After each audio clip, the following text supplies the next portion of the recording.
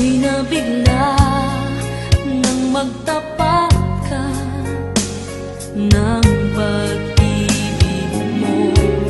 Ikaw lang ang siyang nagbibigay ng ligaya.